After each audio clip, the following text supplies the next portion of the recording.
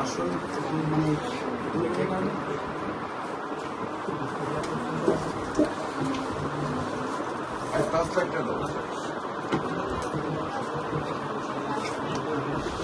দাঁতের ভিতরে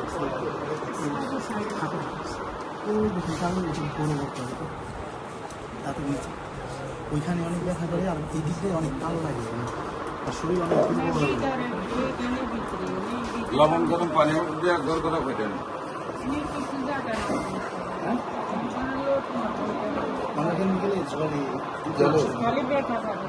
লবণ গরম পানি দেয়া আপনার ওই যে আগে যে মাছগুলো আমরা যখন ফ্রিজ দিবার আগে মাছগুলো আমরা লবণ দিয়ে রেখে দিতাম না নষ্ট না হওয়ার জন্য। এবার এখন যে শুধু চামড়া আমরা ক্যানারিতে পাঠাই, চামড়ার মধ্যে লবণ না দেয় চামড়া বসে যায়। হ্যাঁ, এই জায়গাতে লবণ গরম পানি দিয়ে তো বেশি করে করবেন, তত শক্তিটা তত বেশি রোদ হবে। শরীর মানে দুর্বল দুর্বল মানে গরম হয়